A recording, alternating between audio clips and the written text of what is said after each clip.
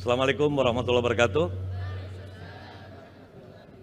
Alhamdulillahirrahmanirrahim. Saya bersyukur kepada Allah Subhanahu wa Ta'ala karena hari ini utang saya mulai lunas. Karena saya pernah janji di PDU seluruh kota bahwa saya akan memberikan mata kuliah khusus. Kemarin kita rancang sama pengurus bidang pendidikan di provinsi sama Kiai Idrus. Ternyata pas kita mau persiapan, malah kantor kita kebakaran. Jadi saya bilang ya sudahlah, ada maknanya ya, karena kita akan kumpul di Jakarta Islamic Festival, subhanallah. Kemarin saya juga sudah memberi materi ini di angkatan yang sama, tapi di MUI Jakarta Utara. Ada yang datang nggak? Iya kan? Ketemu Om Bagus kan? Nah ya, jadi sudah ketemu, terus tinggal Jakarta Selatan. Jakarta Selatan mana? Jakarta Selatan, Jakarta Timur, oke, wah ini baru berapa orang ya. Terus Jakarta Pusat, alhamdulillah. Terus Jakarta apa yang belum? Barat, Dadat, Timur, Utara, Selatan, Pusat. Oh berarti sudah semua ya, alhamdulillah. Kemarin diinformasikan berapa orang? Nah itu dia yang miss. Makanya kenapa kita harus kolaborasi. Saya instruksinya sama kesekretariatan semuanya boleh ikut gitu loh. Kenapa? Karena masa Anda lebih ilmunya teman enggak? Nah itulah masalahnya, karena masalah informasi, komunikasi. Saya juga sudah sampaikan ya, tapi tidak apa-apa. Karena ini ada rekamannya, mudah-mudahan rekamannya ini bisa di-share kepada teman-teman. Oke. Nah apa yang kita akan bahas pada seminar kali ini? Yang pertama adalah bagaimana kita memahami bahwa yang namanya dakwah itu ya harus ada tambahan satu ilmu. Ya. Permasalahannya apa yang selama ini ada? Saya kasih contoh, misalnya Anda satu harian di pasar Anda belanja bumbu. Kalau kita mau masak, beli apa saja sih? Bumbu, apalagi? Bahannya ya daging, ya ikan, ya tahu, ya tempe. Anda belanja lengkap. Anda punya dapur lengkap alat-alatnya. Apa kurangnya?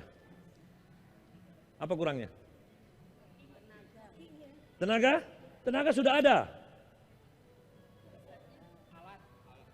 Alatnya sudah ada, dapur. Itulah yang namanya memasak. Kita ini belajar sekian tahun, lagi belanja bahan masakan, itulah Al-Quran, itulah hadis, ya tak? Sudah kita bawa nih, udah penuh di otak kita ini. Akhirnya kita bilang apa? Om Bagus, gimana caranya ngomong? Itulah masaknya di situ. Karena kita selama ini berasumsi pokoknya Al-Quran masukin di kepala, selesai. Oh nggak gitu, nggak gitu. Saya yakin manajemennya Allah tidak berbicara tentang hafalan. Tapi manajemen Allah adalah menghitung berapa yang kau sudah amalkan. Nah mengamalkan ilmu Al-Quran itu dimulai dari baca. Ya, ini kita samakan dulu persepsi biar kita nggak salah. Ya, yang pertama, Mbak mungkin kita pindah ke depan aja biar kita ngobrolnya enak. Karena kalau jauh-jauh kita kayak musuhan. Ya, oke. Sekarang kata pertama yang kita dengar setelah kita belajar agama, kata pertama yang kita dengar yang diucapkan Jibril kepada Rasulullah SAW apa? Iqra. Oke.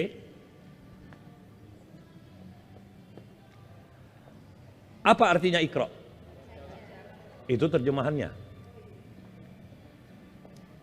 Apa maknanya Iqra? Ya, akhirnya kita berantem di situ. Begini, ini mohon maaf ya, hari ini yang berlaku adalah tafsir saya. Kalau salah jangan dipakai, kalau benar ambil. Kenapa harus tafsir saya? Karena saya yang disuruh bicara. Itu saja, bukan karena saya pinter. Tapi kalau cocok ambil. Menurut penafsiran saya, Iqra itu tidak tepat digantikan menjadi kata baca untuk Indonesia.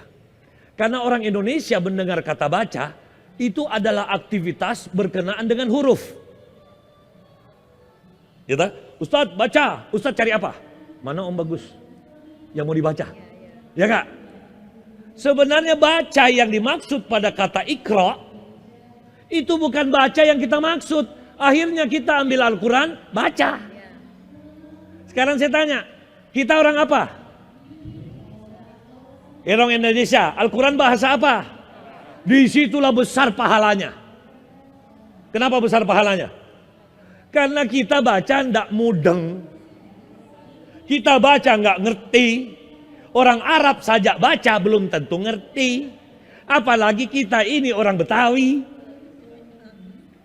Apa sih maksudnya? Kagak paham gua. Kan begitu. Makanya orang Arab saja masih membutuhkan ilmu yang namanya tafsir. Padahal dia sudah orang Arab, lahir di Arab, Al-Quran isinya Arab, tapi kenapa dia butuh ilmu tafsir? Karena ternyata Al-Quran itu, ya Al-Quran ini kitabnya, saya punya penafsiran ada 2 alam orang-orang yang membacanya. Ini sebelum kita bicara tentang komunikasi motivasi dakwah ya. Kalau kita tidak paham ini, apa yang kita mau dakwahin? Karena dakwah itu seperti ilmu marketing, kita mau menjual, kita mau informasi. Nah sekarang apa yang Anda mau informasikan? Anda mau informasikan bunyi ayat. Umat bilang apa? Sama Mas, Ustadz, sama Al-Quran kita sama, tidak usah dibacain. Gue juga sama, di rumah juga Al-Baqarahnya sama, Al-Imrannya sama. Betul? Itu mengapa ketika kita ceramah orang begini? Karena kita bacain ulang bunyinya. Nggak usah deh perang bagus-bagusan baca dengan suaranya, karena dia bilang apa? Ustadz, lebih bagus rekaman suara di rumah saya. Ustadz itu kadang-kadang masih salah baca. Akhirnya kalau kita ceramah ada yang dengar gak? Itu masalah. Kita lanjutkan. Jadi kalau ini Al-Quran yang secara surat, ketika kita baca, kita tidak bawa perasaan, maka Anda baca, Anda ketemu cuman huruf. Saya ulangi lagi, Anda ketemu cuman huruf.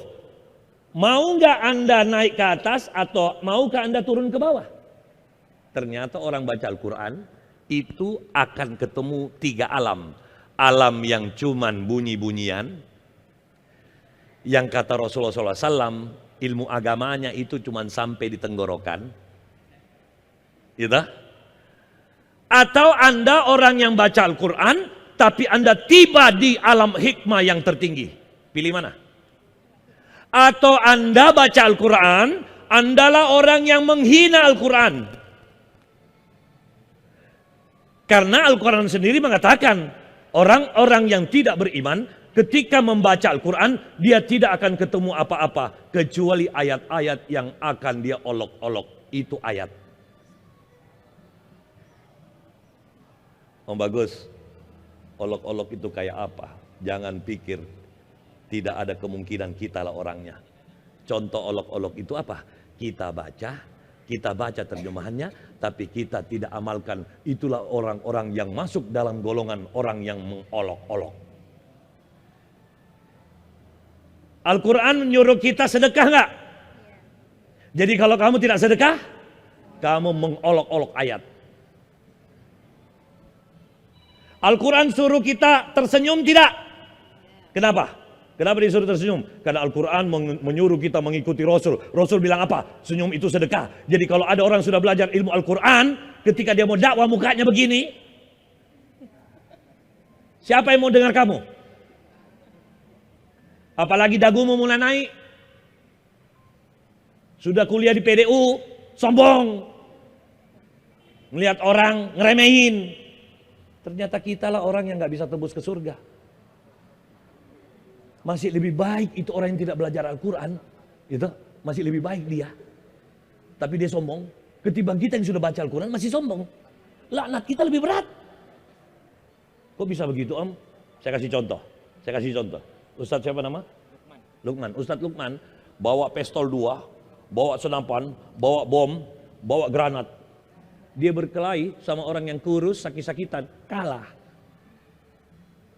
Cemen banget kan? Kecuali kalau Ustadz Lukman ini sakit, ketemu orang sakit berantem dia kalah, oke lah sama-sama sakit. Ini senjatanya banyak kalah. Kayak apa itu Om? Sudah belajar Al-Quran di pesantren, sudah belajar di MUI PDU. Begitu hidup, tangan di bawah. Begitu hidup, menghina. Begitu hidup, zalim. Begitu hidup, kira-kira dia siapa? Dialah orang yang mengolok-olok. Ternyata dialah orang yang setelah baca Al-Quran, dia tidak ketemu apa-apa kecuali ayat-ayat yang akan dia olok-olok. Nah, orang-orang seperti ini susah sekali dia berkomunikasi. Ajaklah ngomong, nggak enak. Orang yang ketemu Al-Quran, begitu Anda ketemu, wajahnya itu wajah Al-Quran. Ada nggak orang ketemu Al-Quran tidak senang? Tidak ada. Jadi kalau mau wajahmu Al-Quran, jadilah orang yang menyenangkan. Itu belum kau bicara, belum. Baru mukamu orang lihat, orang sudah senang. Waduh, aku kalau lihat Ustadz Lukman, ya Allah, seperti aku lagi baca Al-Quran. Enak nggak kalau kau digituin, man? Mau nggak kamu digituin? Inilah komunikasi dakwah, inilah motivasi dakwah. Bukan kita ceramah di atas podium, kita menjelek-jelekkan orang. Bid'ah, sesat, kafir. Terus kamu mau ngapa? Kamu panitia hari pembalasan. Kamu yang menentukan orang kafir, orang beriman. Tidak. Kita di MUI ini mengkader ulama-ulama yang kalau dia datang, sejuk itu ruangan. Semua orang noleh, ih Ustadz Lukman datang. Ya Allah Ustadz, apa kabar? Ini enggak, awas ada Ustadz Lukman, pergi dia. Mau digituin?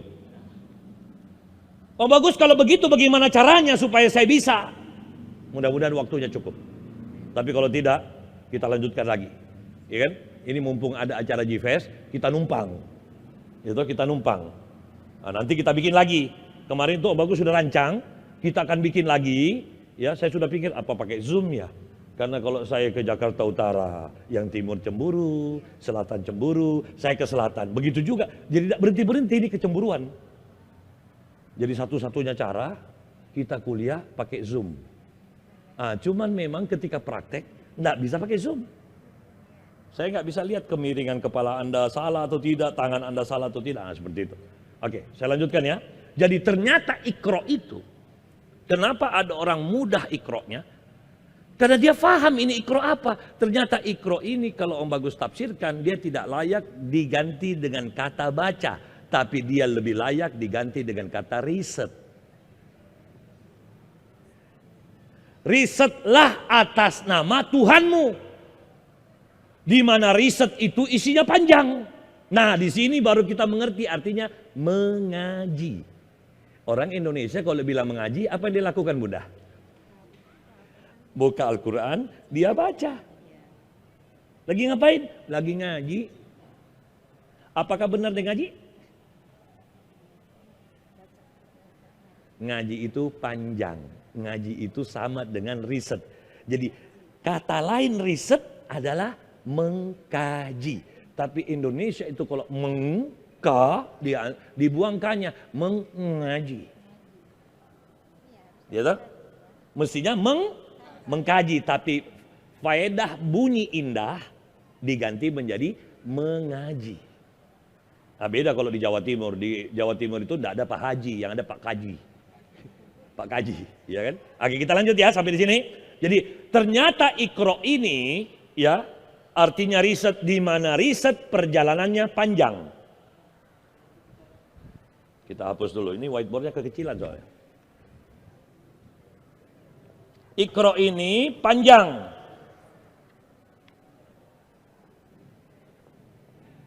Iqra ini panjang. Dimulai dari apa? Baca. Memang nggak bisa kita Iqra kalau tidak dimulai baca. Oke? Untuk apa kita baca? Untuk kita kenal. Untuk apa kita kenal? Untuk kita tahu. Untuk apa kita tahu? Agar ada yang difikirkan.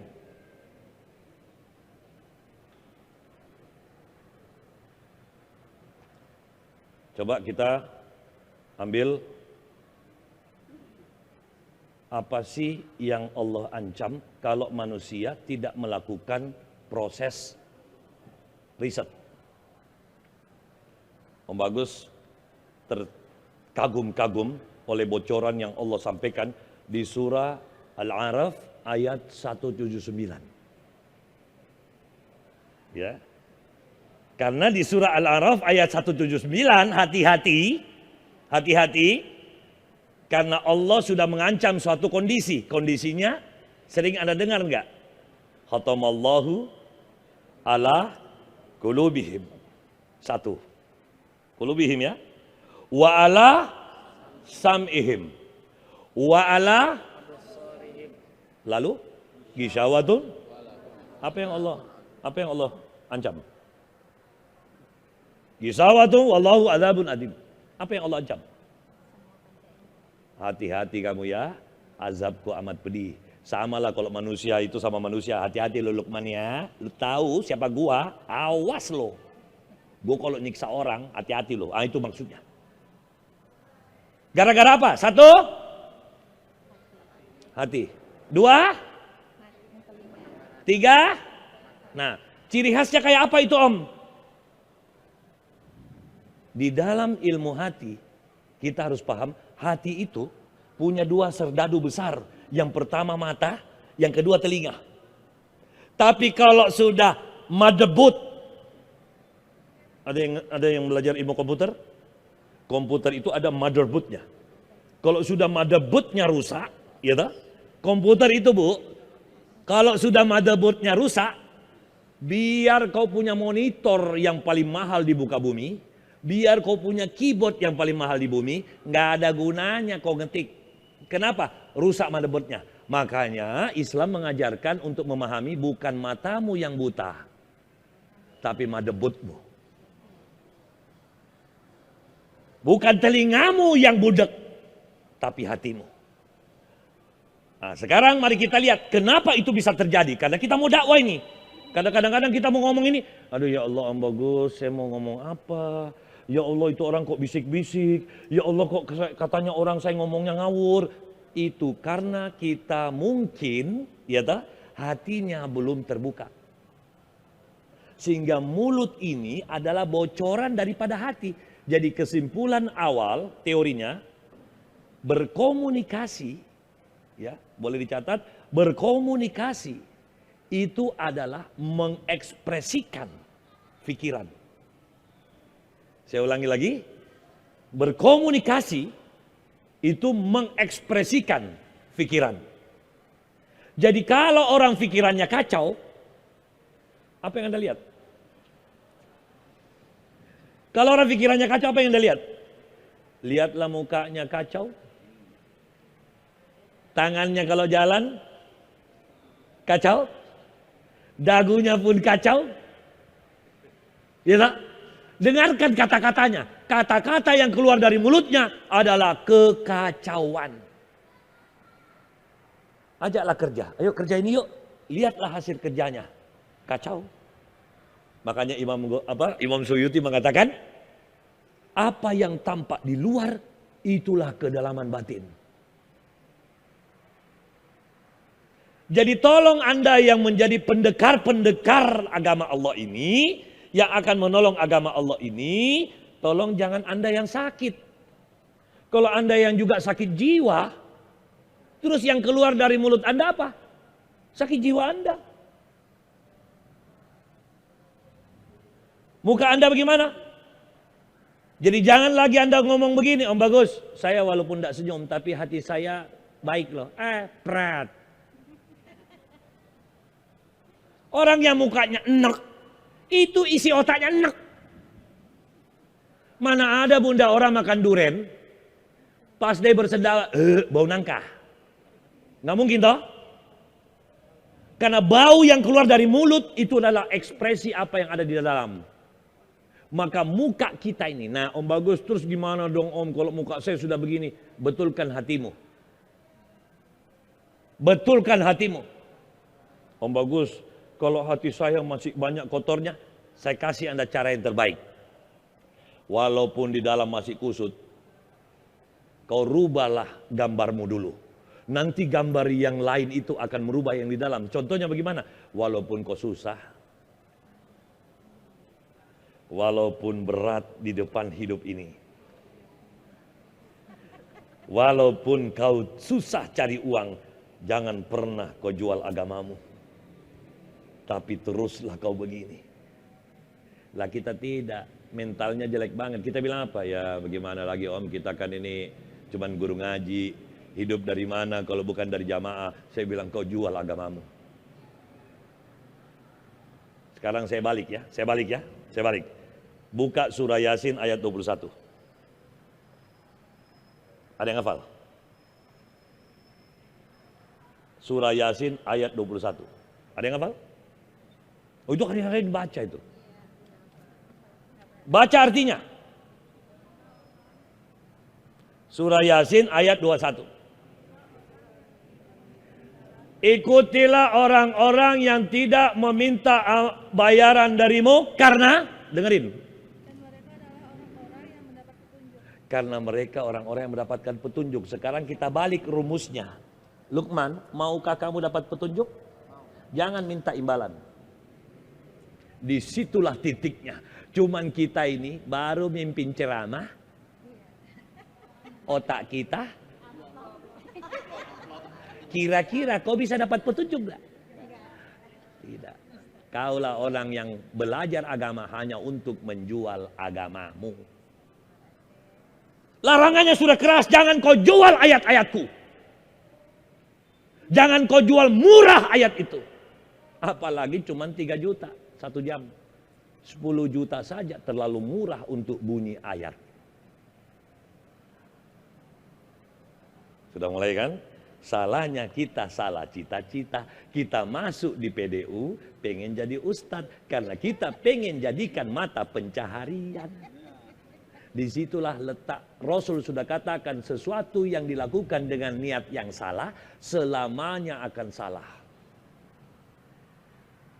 Tapi kalau kau mau betul-betul berjuang menjadi bala tentara Allah, ya ayyuhalladzina amanu in tanzurullaha yanzurkum wa yuzabbit aqdamakum. Kalau kau betul-betul mau menolong agama Allah, Allah yang akan menolongmu dan Allah akan mengukuhkan kedudukanmu. Emangnya Om Bagus ini mendirikan sekolah Om minta dibayar? Emangnya Om Bagus ini ngajar tiap hari dibayar? Emangnya kau pikir saya bicara di sini dibayar? Terlalu murah bagi saya menjual ayat-ayat itu. Malah kalau perlu saya yang keluarin uang untuk menolong agama Allah. Tapi apa yang Allah beri? Allah tidak izinkan saya beli rumah itu nyicil. Allah tidak izinkan saya berutang. Sampai hari ini saya tidak punya utang. Tidak nyicil, karena saya bukan laki-laki pecicilan. Om, kenapa Om dia sudah punya gaji, sudah punya ceperan, sudah punya honor, masih nyicil? Kenapa? Tanya sama dia, apa yang dia bikin? Kenapa itu kiai-kiai besar, tidak punya dagangan, tidak punya pekerjaan? Kenapa dia bisa bangun pesantren besarnya luar biasa?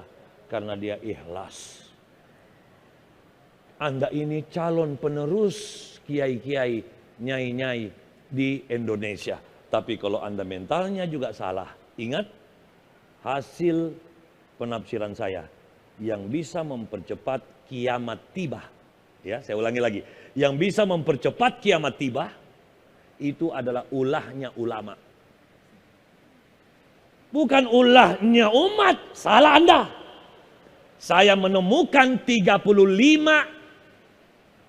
hadis yang menceritakan ciri khas dunia sudah mau kiamat. 35 hadis itu membahas tentang ulama. Ulama yang senang popularitas, itu ciri khas.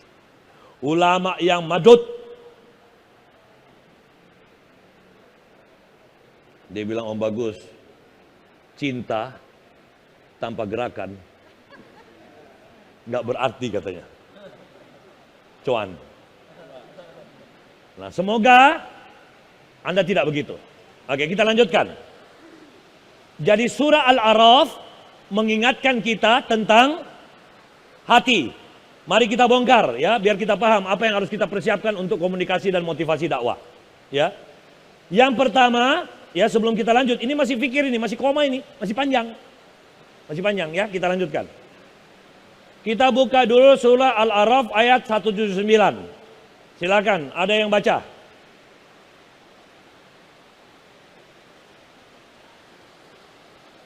Ada yang bisa baca? 179.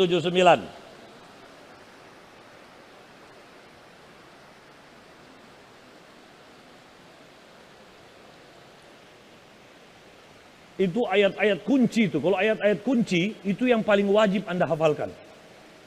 Karena itu ayat yang mengingatkan manusia untuk mengenal dirinya. Kalau manusia tidak kenal dirinya, dia susah sekali kenal Tuhannya. Oke, tolong dibaca.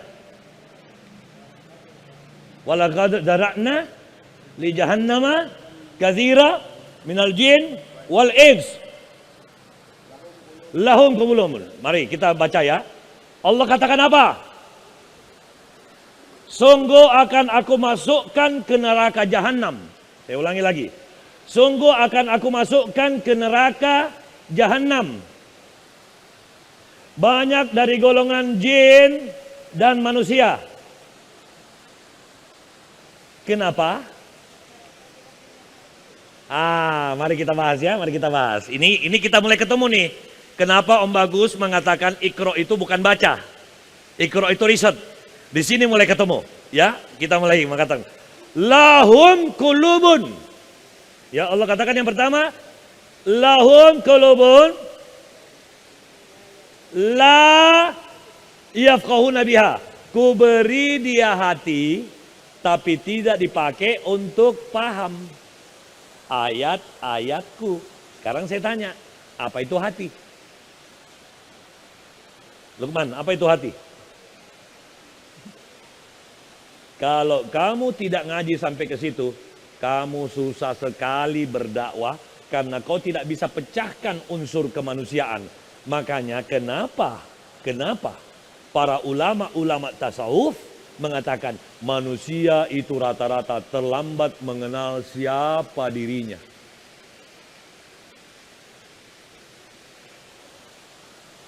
Kenapa? Karena dia punya hati tapi dia tidak tahu apa itu hati. Ya enggak? Ustaz, apa itu hati? Tuh, coba. Hati adalah rasa. Nah sekarang mari kita lihat. Ku beri dia hati tapi tidak dipakai paham ayat. Loh, apa hubungannya sama rasa?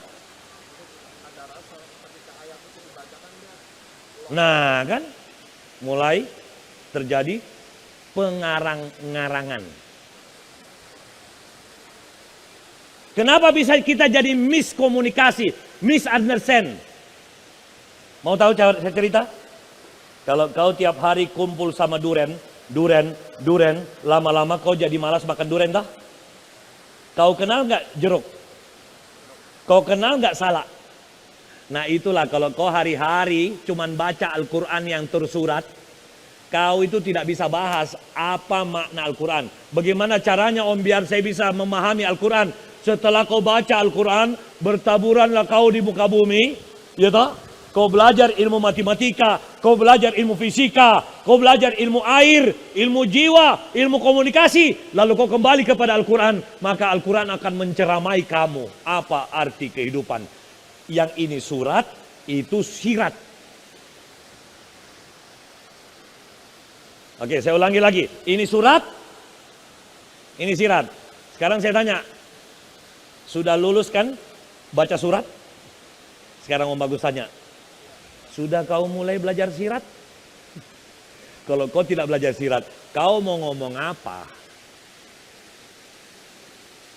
Ini, mungkin kau cuma bisa komunikasi, tapi kau tidak bisa memotivasi.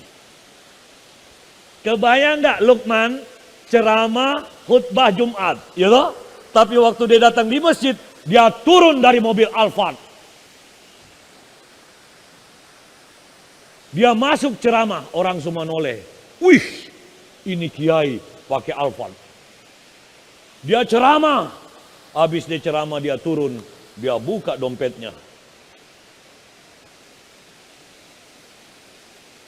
Tapi yang ada sekarang, kita naik motor butut, sementara orang yang kita ceramain pakai mobil Alphard semua.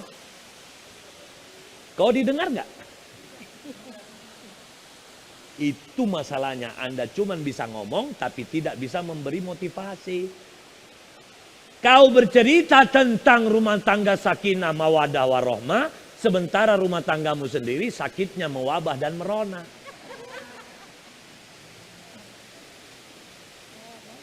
Kau nasihati orang tentang hidup semangat, kau sendiri loyo. Karena kau lemah di ilmu syirat. Sekarang saya tanya, kalau ini ilmu surat, ini sirat. Kau sudah belajar ilmu surat. Sirat tidak ada. Bunda, bagaimana bunda jalan? Begini. Begitu pula orang yang GR karena dia juara fisika. Nih juara fisika ini. Tidak punya ilmu Al-Quran. Begitu dia jalan. Salahnya kita selama ini, itulah salahnya saya. Saya pikir ilmu di muka bumi ini belajarnya cukup dengan sistem fakultas. Saya ini sudah sekolah umum, saya pikir tidak perlu sekolah agama. Jadi saya SD-nya umum, SMP-nya umum, SMA-nya umum, kuliahnya arsitek. Kira-kira saya bisa selamat gak? Hidup saya ngaco. Banyak uang tapi nggak tenang. Banyak uang susah tidur. Jauh dari Allah. Di situ saya bilang ada yang salah dalam hidup saya. Kenapa? Saya sombong. Saya kalau jalan lihat ustadz, nggak ada apa-apanya nih ustadz nih.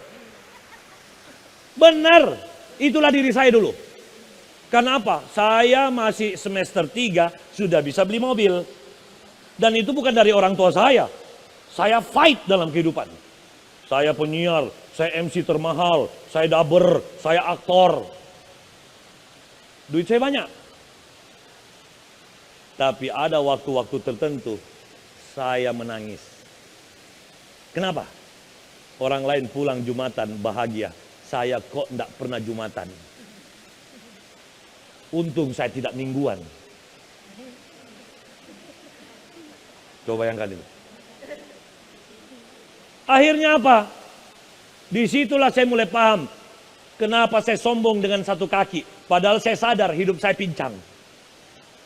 Kebayang gak Ustaz? Saya tidak pernah pesantren. Saya ambil S3 ilmu tafsir Quran. Kebayang gak otak saya ini terjadi revolusi besar-besaran. Seperti terjadi perang dunia di kepala saya. Kenapa? Ini semua ini isinya maksiat. Kebayang nggak perang kayak apa? Beratnya itu kalau sudah dengar azan Allahu Akbar, Allahu Akbar. Beratnya itu rasanya bergerak pergi sholat. Apalagi Jumatan, aduh sudah lapar. Itu yang saya alami. Tapi saya paksa diri saya. Saya pelajari Al-Quran. Saya mulai merasakan ketenangan hidup saya. Sampai saya bilang apa? Biarin aku nggak punya uang. Sekarang aku tidak punya uang pun, aku tenang. Aku diapain pun orang, dihina orang pun semakin tenang. Apalagi Allah izinkan, Masya Allah, saya diminta jadi pengurus MUI. Ya Allah, di MUI ini ada mantan pejabat pasukannya Dajjal ini. Gimana saya nggak bilang saya Dajjal, Bu? Bulan puasa, orang puasa, saya pagi-pagi sudah ganggu. Gimana? Es kelapa muda? Itu air kelapa muda, campur sirup, campur es, diaduk, bunyinya gimana? Kelinting, kelinting, kelinting, kelinting. Saya sampai buat dia batal puasa. Itulah tuh bagus. Jumatan saya bilang apa? Mau makan di mana lu man? Kentucky? Mana? Asal lu temanin gua makan siang, gak usah Jumatan. Orang akhirnya tidak Jumatan. Itulah saya. Sampai ibu saya almarhumah bilang apa? Nah, kapan kau itu tobat? Lucunya di rumah, saya seperti anak istimewa. Kalau kakak saya tidak sholat di Cambuk, adik saya tidak sholat di Cambuk. Kakak saya tidak puasa di Cambuk, adik saya tidak puasa di Cambuk. Kalau saya pagi bangun tidur, ibu saya bilang apa? Kamu puasa enggak? Enggak lah, ya sudah sana makan. Ibu saya itu. Ibu saya bilang apa? Daripada gue berantem. Kenapa? Saya selalu punya alasan. Yang sakit perut, sakit apa. Disitulah saya dosanya besar sekali. Makanya kenapa saya ini giat berdakwah, saya pengen bayar dosa saya. Karena dosa saya ini saya pikir kalau saya mati tidak bisa habis. Saking banyaknya itu. Gitu loh. Jadi saya tidak mau merasa diri saya ini sudah bersih. Masih banyak bun. Masih banyak. Nah, kita lanjut ya. Panitia, bisa dikecilin nggak? Kalah saya ini. Bisa di call. Jadi kita lanjut ya. Apa itu hati? Ternyata hati itu berasal diterjemahkan dari kolb. Ya kolb. Apa itu kolb? Ini kolb. Ini kolb ini. Inilah kolb. Oke, Om bagus ekspresikan. Saya ekspresikan ya. Ini lihat ini kolb.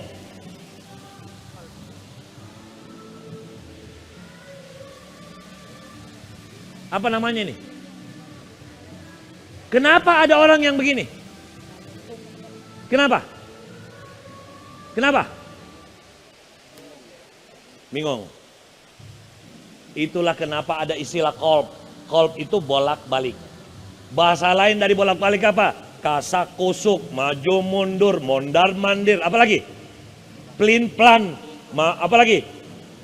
Bolak-balik. Apalagi? Mau hidupmu begitu? Om Bagus kasih saya contoh. Oke, saya kasih contoh ya. Kalau ada orang minta sedekah, kita masih ngomong gini. Kasih nggak ya? Kasih nggak ya? Kasih nggak ya? Berarti kamu masih pakai kolb. Sekarang saya tanya, boleh nggak pakai kolb untuk urusan agama? Nggak boleh ya? Yakin? Sekarang saya mau tanya, benar nggak Anda itu sudah tidak pakai kolb lagi? Benar nggak? Anda sudah tidak pakai kolb? Ada orang susah, bantu nggak ya?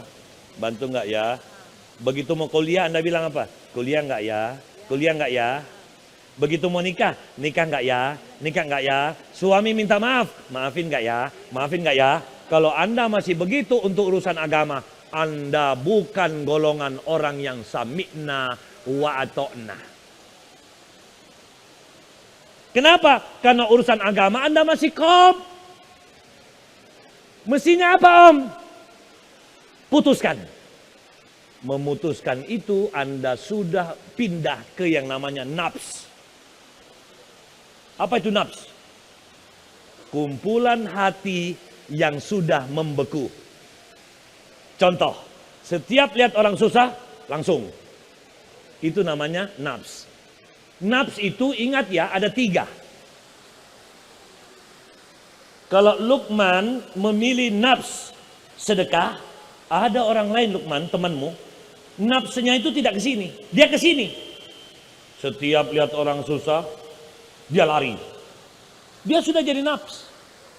Tapi kalau dia masih bantu nggak ya, bantu nggak ya, bantu nggak ya, dia lari, itu masih dia pakai kolb, masih belum terlalu sakit.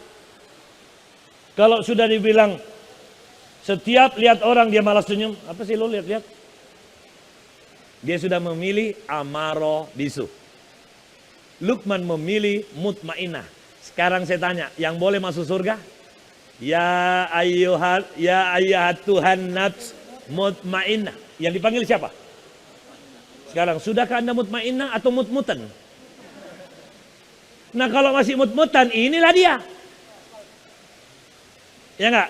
Datang suami pulang kerja, mah, enggak pijit dong, pijit enggak ya? Pijit enggak ya? Lalu Anda pilih amaro bisu. Capek gua, udah amaro bisu tuh. Ada juga nafsunya lawama. Nafsu lawama itu yang mana? Begini terus. Setiap suaminya, "Mah, masakin dong."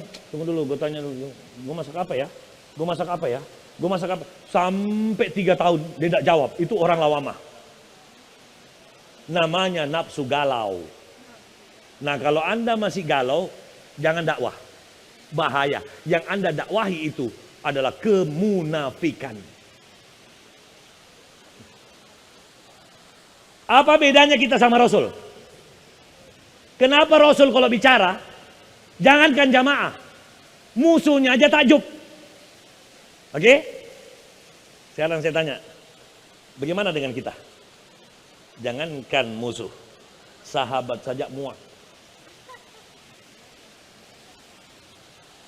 Gara-gara apa? Nah, ini yang harus Anda pikirkan.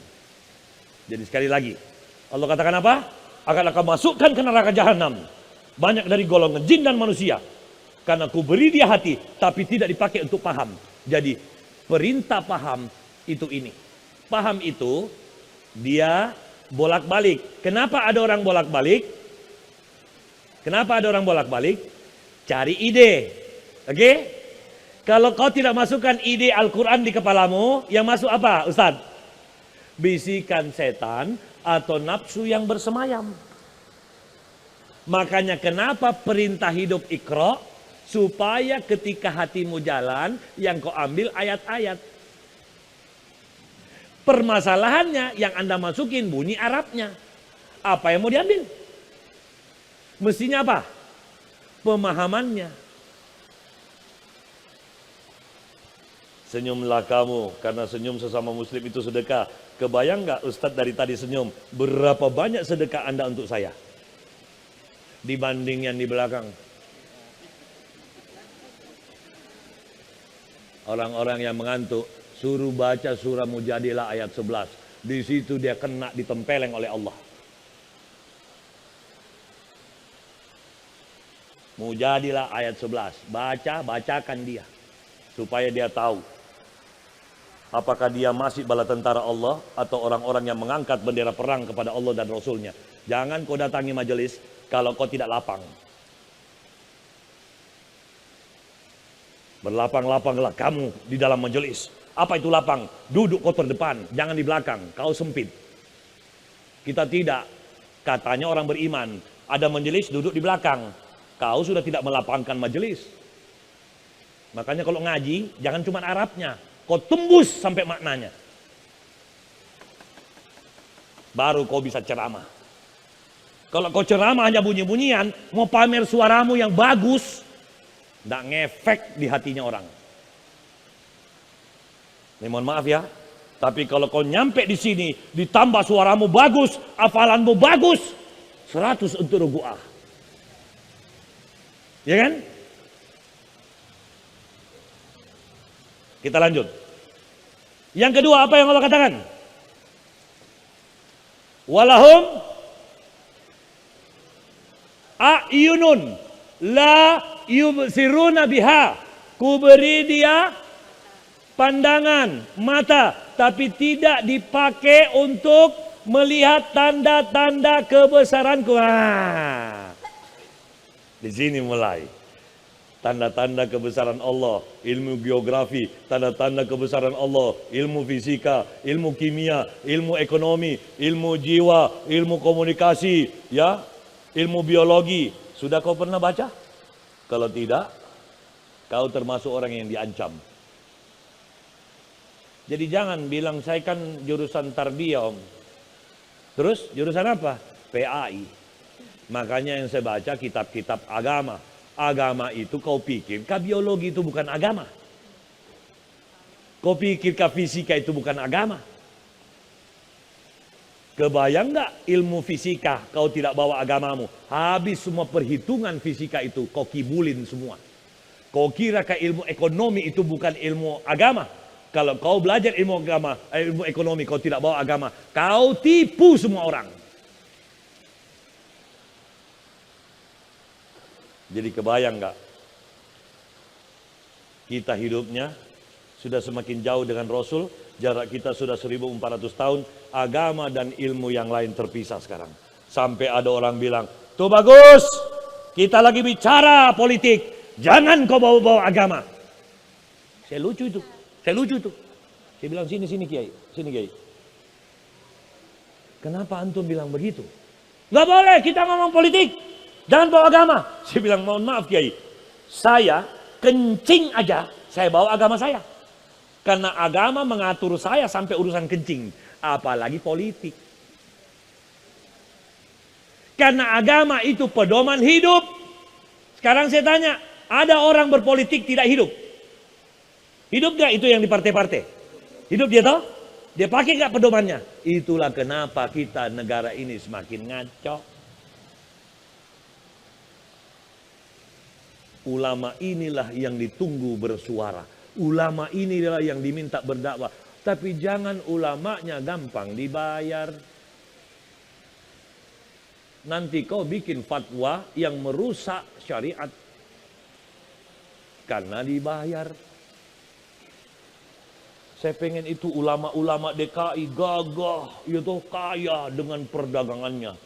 Tapi setiap dia dagang, dia bawa agamanya. Kita tidak. Kita yang bongkar rumah, kita yang mau bikin jadi musola, orang lain suruh bayar. Kita solawatan di pinggir jalan, kau menghina Rasul. Kenapa? Kau solawat, tapi amalanmu minta. Rasul bilang tangan di atas, bukan tangan di bawah. Silakan solawat, tapi Allahumma salli wa sallim wa barik alaih. Sambil solawatan terus, tapi bagi duit. Ini tidak. Allahumma salli ala Muhammad ya Rabb ya. Kita ngajinya tinggi, amalannya bawah. Sementara yang Allah tunggu bukan ngajimu, amalanmu. Ngeri kan? Ngeri ya? Karena ini namanya ngaji. Inilah ciri khas. Kalau Anda ngeri sekarang, Andalah orang yang beriman. Karena ciri khas orang yang beriman, apabila disebut nama Allah, hatinya bergetar. Dan ketika dibacakan ayat-ayat, takwanya bertambah. Kenapa Anda takut? Karena itu takwa. Astagfirullahaladzim, gue salah nih. Gue harus berubah nih. Berarti lu bertakwa. Tapi kalau lu dengar kajian seperti ini, kau bilang, santai aja. Kau termasuk orang yang disebut di dalam ayat yang berbunyi, innalladzina kafaru sawa'un alaihim a'anzartahum am lam tunzirhum la yu'minun. Coba itu. Apa maknanya? Apa maknanya? Sesungguhnya orang-orang kafir itu. Kenapa Allah menggunakan kata sesungguhnya? Karena banyak orang seperti tidak kafir, tapi dia kafir. Jadi Allah katakan sesungguhnya mana itu orang yang kafir? Dengarkan. Innalladzina kafaru sawa'un alaihim. Sesungguhnya orang-orang yang kafir itu. Wahai Muhammad, kau ingatkan atau tidak? Kau ajak dia seminar atau tidak? Kau cara main dia atau tidak? Sama saja. Dia tidak akan pernah beriman. Surah Yasin mengulangi, wasawa'un alaihim a'anzartahum am lam tunzirhum la yu'minun. Sama. Tapi apa yang kita lakukan? Hari-hari ngaji, hari-hari bebel. Jalan aja lemot. Mana Ustaz? Santai. Kau sering baca wal 'asr. Demi masa. Innal insana lafi khusr. Sesungguhnya kenapa dia rugi? Waktunya terbatas, jalannya lemot. Kecuali orang-orang yang beriman, beramal soleh, nasihat menasihati untuk menegakkan kebenaran dan menetapkan sabar. Kita tidak. Santai aja Ustaz. Nanti aja lah. Hancur gak ini agama? Kalau sudah PDU yang loyo, sekarang umat nunggu siapa lagi? Oke? Jadi mumpung saya diperintah sama Pak Kiai Munahar, udah Om Bagus tolong ikutlah campur tangan di pendidikan. Ayo. Tapi siap-siap kupingnya panas. Karena Om Bagus kalau kasih ceramah panas itu. Kalau kau tidak panas, itu tadi saya bilang, mungkin saja kamu sudah kena penyakit yang bunyinya khatamallahu wa ala. Lanjutin sendiri. Gizawatu wallahu adzabun alim. Kita lanjut. Ciri khas mana lagi? Walahum adanun la yasma'una biha. Ku beri dia pendengaran tapi tidak dipakai untuk mendengar ayat-ayatku. Nah, mari kita ini saya pesan ya kepada adik sekalian, tolong hati-hati kalau mendengar terjemahan Al-Quran. Karena apa? Al-Quran itu sebenarnya susah sekali diterjemahkan. Susah sekali. Karena apa? Al-Quran itu bahasa langitan yang kalau dia dipilih menjadi kitab suci, memang karena bahasa Arab itu adalah bahasa paling gentleman. Kenapa disebut gentleman? Karena satu kata kau bisa kejar sejarahnya itu kata. Supaya lebih paham. Tapi kalau seandainya bahasa Al-Quran itu bahasa Indonesia, hari-hari kita berantem. Karena setiap kata di Indonesia tidak bisa dirunut sejarahnya. Contoh, pulang. Kata pulang, coba kau runut, Ustaz. Pulang itu berasal dari kata apa? Tidak ada. Coba bahasa Arab, masjid, silakan runut. Dari kata apa? Nah. Apalagi? Apalagi? Ketemu kan? Mukmin berasal dari kata. Coba itu, bisa kutelusuri itu. Makanya kenapa Allah memilih Al-Quran itu bahasa Arab? Karena bahasa Arab itu adalah bahasa yang paling enak dirunut maknanya. Jadi kebayang tidak tiba-tiba bahasa Arab yang bahasanya tinggi ditranslate ke dalam bahasa Indonesia. Kita orang Indonesia baca terjemahannya bingung. Salah satunya, kata kolbun diganti hati. Saya keliling Indonesia berceramah, saya tanya apa itu hati, dia bilang kolbu. Saya bilang apa kolbu? Hati. Muter nak karu-karuan. Kau datang tanya dokter, dokter apa itu hati? Dia bilang liver. Kau tanya orang Amerika apa itu hati? Dia bilang jantung. Datang tadi Ustadz apa hati? Rasa. Ada lagi ustaznya, perasaan. Akhirnya ngaco kita setiap hari.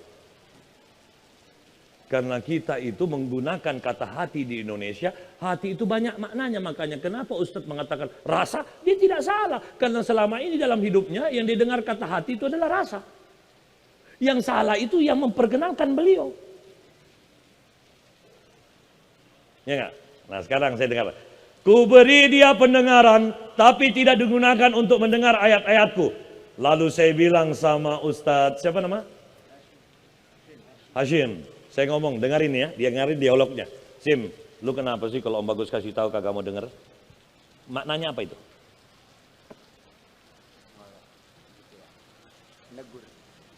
Negur. Maknanya apa? Ustadz, nama siapa? Agus. Agus. Gus, lu kenapa sih kalau Om Bagus kasih tahu kagak mau denger? Berarti mengabaikan. Jadi jangan mengartikan dengar itu adalah menangkap bunyi. Karena salah ini, terjemahannya sebenarnya masuk kategori salah. Karena tidak boleh kita sebut dengar. Makanya kalau Anda baca Al-Quran, Anda dengar, sungguh hal yang seperti itu terdapat tanda-tanda bagi kaum yang mendengar. Mendengar itu bukan duduk, dengerin. Salah. Dengar itu prosesnya panjang. Dia tangkap bunyi, dia pikirkan, dia amalkan. Itu orang yang mendengar. Makanya akhirnya Om Bagus ngomong sama Agus, no lihat si Agus kalau dikasih tahu, ya toh dia dengar. Paham? Jadi dengar di sini artinya apa? Sami'na wa atokna, bukan sami'na wa tololna. Boleh paham? Jadi dikatakan, ku beri dia pendengaran, tapi tidak dipakai untuk mendengarkan ayat-ayatku. Lalu Allah bilang apa? Ulaika kal'an wa ulaika humul ghafilun. Apa artinya? Mereka itu seperti hewan ternak, bahkan lebih buruk. Mengapa? Karena mereka orang yang tidak menghidupkan hati, tidak mau pakai matanya, tidak mau pakai telinganya. Inilah yang Allah maksud manusia lalai. Bagaimana kita mau ceramah, bagaimana kita mau dakwah, bagaimana kita mau komunikasi, kita sendiri lalai.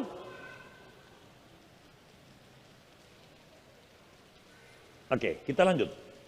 Atau sampai di sini ada yang mau ditanyakan dulu? Karena kita lanjut ini di atas. Ya, ini teori, ini penjabaran.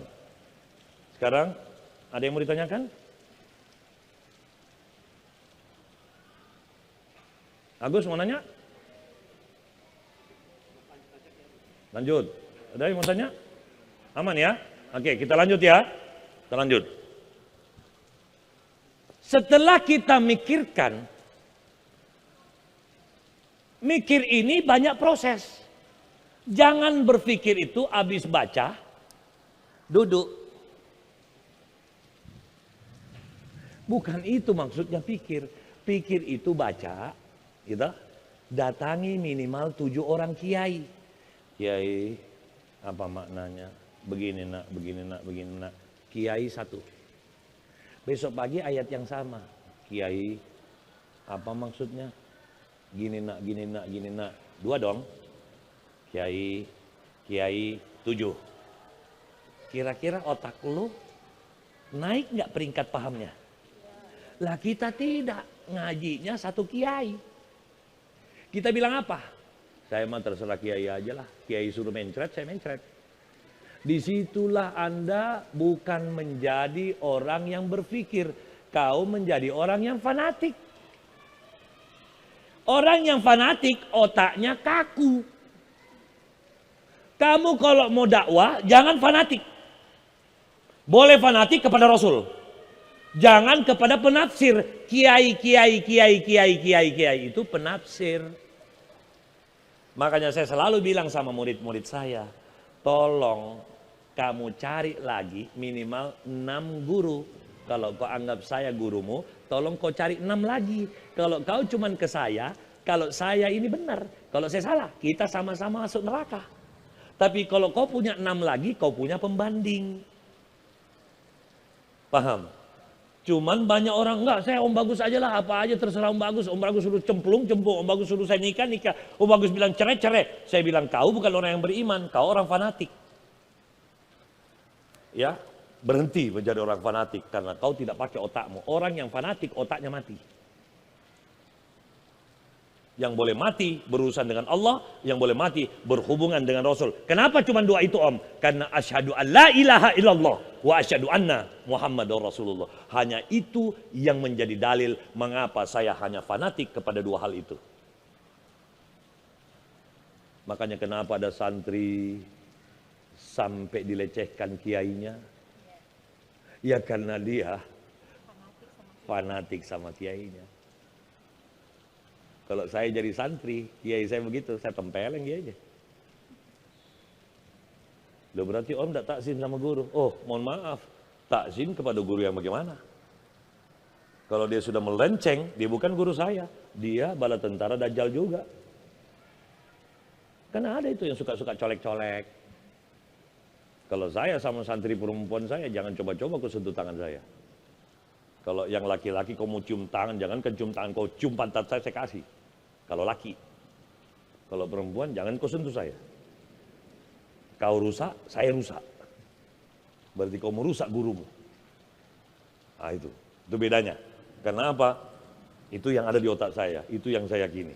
Karena setahu saya kalau nyenggol perempuan yang bukan mahram, batal wudhu saya. Berarti ada sesuatu di situ kalau saya sentuh. Ya, jadi jangan jadi kiai sembarang aja kau sentuh tangannya santrimu. Bukan saya larang ya. Tapi ada sesuatu di situ. Mengapa kita dilarang bersentuhan? Kita lanjut. Jadi berpikir itu apa? Setelah baca, renungkan, bawa ke kiai-kiai kita. Setelah itu, Iqra itu dilanjutkan dengan simpulkan. Oh, begini. Setelah kita simpulkan, kita pindah, amalkan. Jadi jangan sembarang langsung diamalin, gawat. Setelah diamalkan, langkah selanjutnya, evaluasikan. Bagaimana caranya evaluasi? Kok saya sudah ngomong gini, istri saya kok nggak ikut? Apa gue salah ya? Jangan kita ini sudah memikirkan, kita amalkan, semua orang kita mau lawan.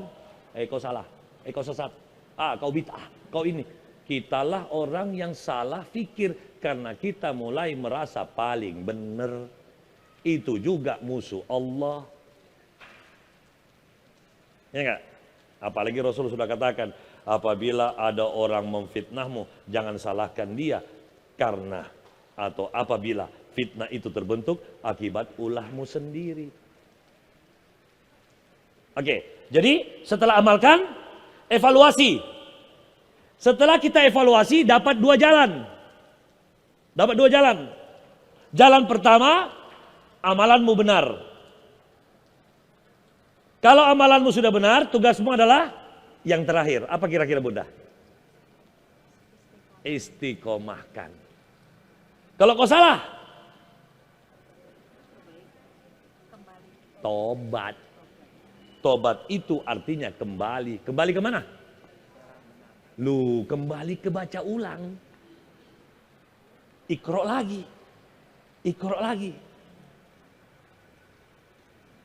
Kalau dia sudah diistiqomahkan, dia menumpuk, dia menumpuk, dia menumpuk. Sekarang saya tanya, kalau ini gelas, ya toh? Saya angkat. Ibu ini apa, Bu? Kenapa Ibu bilang gelas? Coba saya isi dia teh, lalu saya tanya, Bu ini apa? Ibu bilang apa? Teh. Ya Kak? Lucunya di situ. Jadi ternyata kalau ada orang tanya, Om Bagus, apa itu ruh? Ruh itu wadah. Jadi Allah sebelum turunkan kita muka bumi, Allah tiupkan ruh kan? Dari sisinya. Makanya kalau ditanya, apabila ada orang bertanya di manakah aku berada, jawablah wahai Muhammad, aku lebih dekat dari urat nadinya. Jadi ruh Allah tiupkan ke dalam, masuk dia. Setelah masuk, kendaraannya dipersiapkan. Setelah dia siap, baru dia brojol. Namanya lahir. Maulud. Ada maulidnya. Maulidnya adalah manusia. Oke? Tapi gelasnya masih kosong. Lalu kita mulai mengisi. Ibumu ngomong, bapakmu ngomong, tetanggamu ngomong. Tapi kau tidak masukkan kata-kata guru ngaji. Apa yang terjadi? Bisa saja menjadi kotor. Lucunya ketika dia mulai memenuhi syarat. Memenuhi syarat di dalam agama disebut baligh. Jadi baligh itu setelah Om Bagus belajar ilmu jiwa, itu kamu punya jiwa level 1 sudah kebentuk. Akhirnya ibu mau bilang, kalau Lukman mah orangnya. Kalau ini orangnya. Kalau Agus itu begini orangnya. Karena gambarnya sudah kelihatan. Jiwamu sudah kelihatan. Kalau makan suka makan apa? Tempe tahu, berarti jiwanya untuk makan ya tempe tahu. Kamu kalau makan sukanya apa? Makan apa ya? Oh berarti dia tidak punya jiwa untuk urusan makan. Dia mah sembarang aja dia makan. Yang paling kasihan itu orang yang jiwa makannya sudah diatur. Om Bagus saya nggak bisa makan kalau nggak ada sambal. Goblok tuh orang, goblok itu. Om Bagus, saya nggak bisa makan kalau nggak ada kerupuk. Goblok itu orang. Kenapa? Makan mah masukin aja kunyah telan bisa. Kok harus ada sambal? Kok harus ada kerupuk? Itulah salah menciptakan jiwa. Om Bagus, gimana saya bisa sabar kalau suami kayak begini? Nah, kau bikin syarat lagi tuh. Sementara Allah bilang apa? Sabarlah. Om Bagus, saya ini kurang apa? Sholat sudah, puasa, Senin Kemis, sedekah, sholat malam, semuanya sudah. Kurang apa saya Om? Saya bilang kurang satu. Kurang paham. Tidak percaya? Buka surah Al-Ankabut ayat 2. Buka surah Al-Ankabut ayat 2. Allah ngomong apa? Emangnya aku biarkan orang-orang itu berkata, dia telah beriman, lalu tidak jua kunjung kuuji? Betul? Jadi kalau kau ngaku beriman, justru kalau saya bilang, kalau Anda kuliah di PDU, Anda pengen jadi ulama, hidup Anda lancar-lancar saja, Anda itu sebenarnya sudah bukan beriman. Karena hanya orang beriman yang diberi ujian. Ada orang sholat kagak, puasa kagak, dapat musibah dia bilang apa? Ujian dari Allah. Sekarang saya mau tanya, ada nggak orang boleh ikut ujian tidak pernah masuk kuliah? Itulah bedanya. Jadi orang yang tidak beriman dapat musibah itu bukan ujian Lukman, itu namanya laknatan. Yang diuji itu cuman orang beriman. Gaya amat. Ini ujian dari Allah. Lu diuji. Oke, sudah paham? Jadi sesuatu yang masuk menjadi adzan. Ya, kita break ya sebentar ya.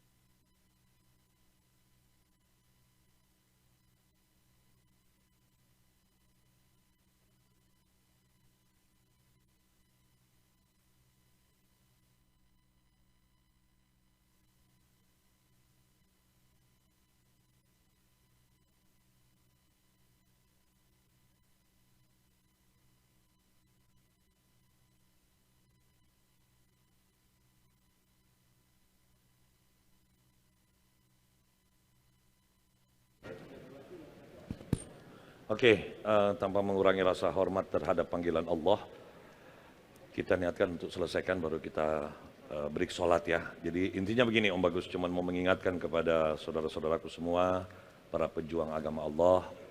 Satu, ayo kita sadari ini, jangan kita menjadi orang yang terlambat tunggu tua baru sadar bahwa gerakan ini penting. Yang kedua, jangan nodai gerakan kita dengan campuran nafsu. Karena kalau kita sudah kotor, ketahuilah ketika kita ceramah, yang keluar itu adalah kekotoran. Kalau hati masih dengki, masih suka suudzon sama orang, lalu kamu menjadi pendakwah, yang keluar adalah suudzonmu. Makanya bersihkan. Kenapa Rasulullah SAW itu musuhnya aja takjub? Karena yang keluar dari mulutnya, keluar dari gerakan tubuhnya, keluar dari mimiknya, itu adalah kemuliaan hati. Itu kejujuran. Nah oleh karena itu saya yakin, tidak mungkin saya bisa selesaikan materi saya.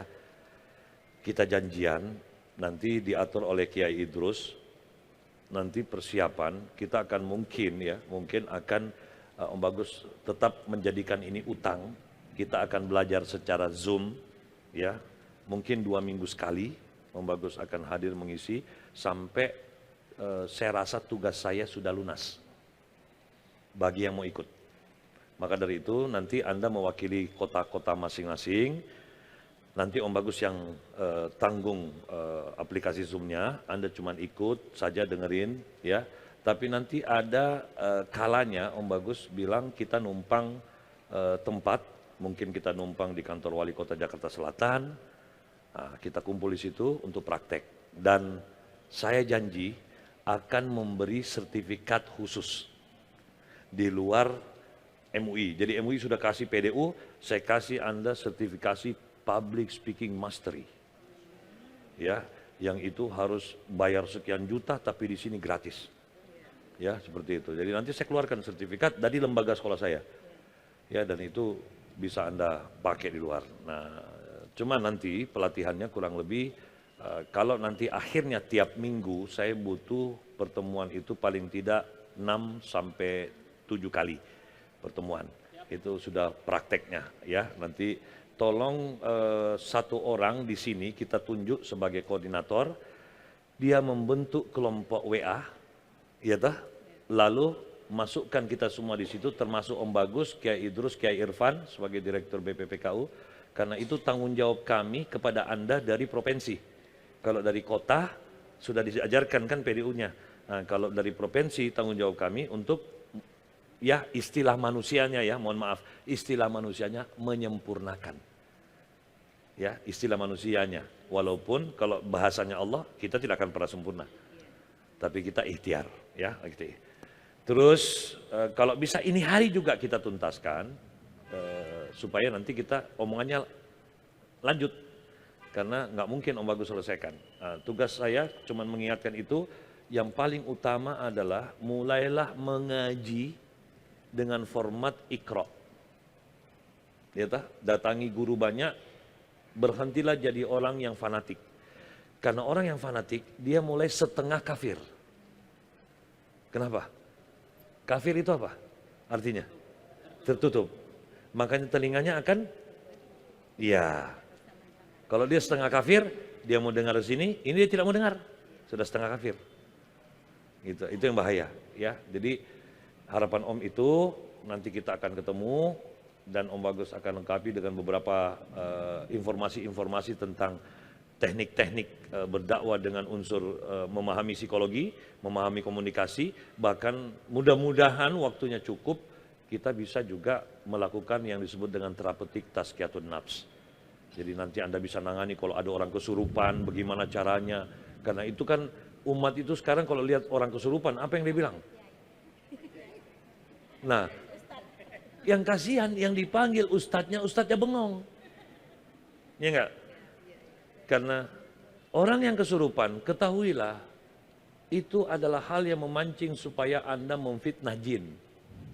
Jadi mulai sekarang kalau ada orang kesurupan, jangan bilang itu jin. Karena hasil riset saya, orang kesurupan itu adalah orang yang sedang stres. Om Bagus, kenapa suaranya berubah? Di mana-mana juga orang kalau stres, ya toh, Bunda aja mungkin orangnya halus. Selamat pagi Bu, pagi. Coba kalau anaknya macam-macam. Berubah nggak suaranya? Berubah. Kenapa dia jadi kuat? Padahal dia kan perempuan loyo. Ya karena kau pencet. Kau kepung, ya dia berontak. Namanya orang stres. Itu jawaban sementaranya. Jadi untuk sementara saya mengajak Anda untuk tidak memfitnah jin. Karena minta maafnya susah. Ya. Apalagi Anda tidak lihat. Anda tidak lihat toh. Nah gitu loh. Jadi apalagi kalau ada orang bilang, Om, saya itu hari lihat penampakan. Saya bilang, di mana-mana juga kita ketemu penampakan. Ini penampakan. Ya, justru kalau dia tidak penampakan, ini tidak tampak lah. Betul tidak? Nah, inilah Anda sebagai ulama juga harus cermat terhadap kata. Om, saya itu hari ketemu, bisa lihat jin. Hah? Apa itu jin? Makhluk goib. Terus lu bisa lihat. Sekarang saya tanya, apa itu goib? Artinya goib apa? Yang tidak kelihatan. Berarti lu bohong. Dia lihat jin. Jin adalah makhluk goib. Artinya goib. Loh kok lu bisa lihat? Berarti bukan goib yang lu lihat. Itu? Om bagus. Di belakang ada bayangan. Lu mau tahu kenapa? Karena ada lampu bego. Coba lu matiin. Inilah bahayanya kalau kita masukkan falsafah-falsafah yang aneh. Terlalu banyak ngaji film horor. Tapi belajar di PDU. Akhirnya kuliahnya PDU, otaknya mistik. Ya, jadi Rasul turun ke muka bumi, salah satunya membunuh yang mistik. Ya, oke itu kesimpulan kita sementara. Om Bagus mohon maaf karena kita harus bergantian. Setelah ini ada seminar tentang BNN. Ya, boleh tetap di sini tapi sholat terlebih dahulu. Terus boleh kembali ke sini menikmati materi selanjutnya mumpung di sini karena nanti malam ada hiburan opik. Ya. Terus ada juga 13 nadi hiburan spiritual, lagu-lagu spiritual. Oke. Om Bagus mohon maaf lahir batin karena cuma bisa menyampaikan ini. Nanti kita lanjut ya. Kita tutup dengan hamdalah. Alhamdulillahirabbil alamin. Subhanakallahumma wa bihamdika asyhadu an la ilaha illa anta astaghfiruka wa atubu ilaik. Wabillahi taufik wal hidayah. Assalamualaikum warahmatullahi wabarakatuh.